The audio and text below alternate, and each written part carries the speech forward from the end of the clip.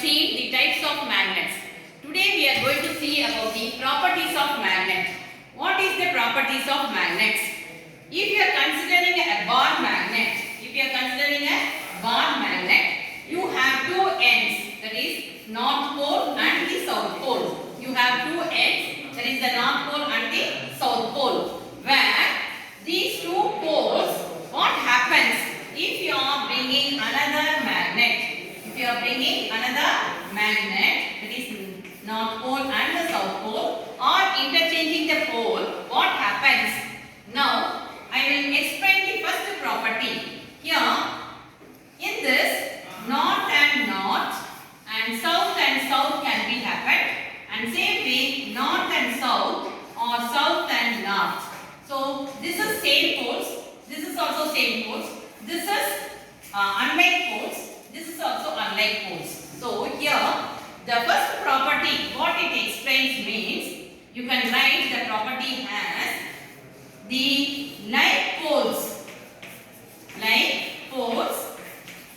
repel each other. So it is having the property, it will repel each other, and the same property when it is opposite poles, that is you can say it as unlike poles.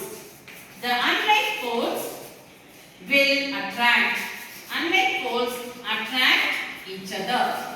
So this is the first property of the magnet. And second property you can explain with the help of iron filings, where the force of attraction will be more. Near to the poles, the force of attraction will be more.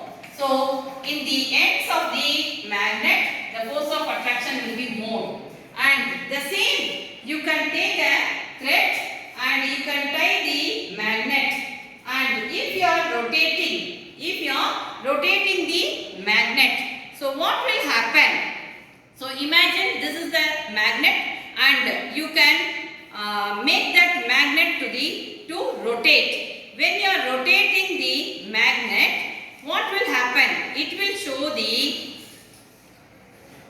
direction. When it is rotated, it will be showing the direction after coming to the rest. So the second property can be written as, that is the second property, you can say it as the freely suspended magnet.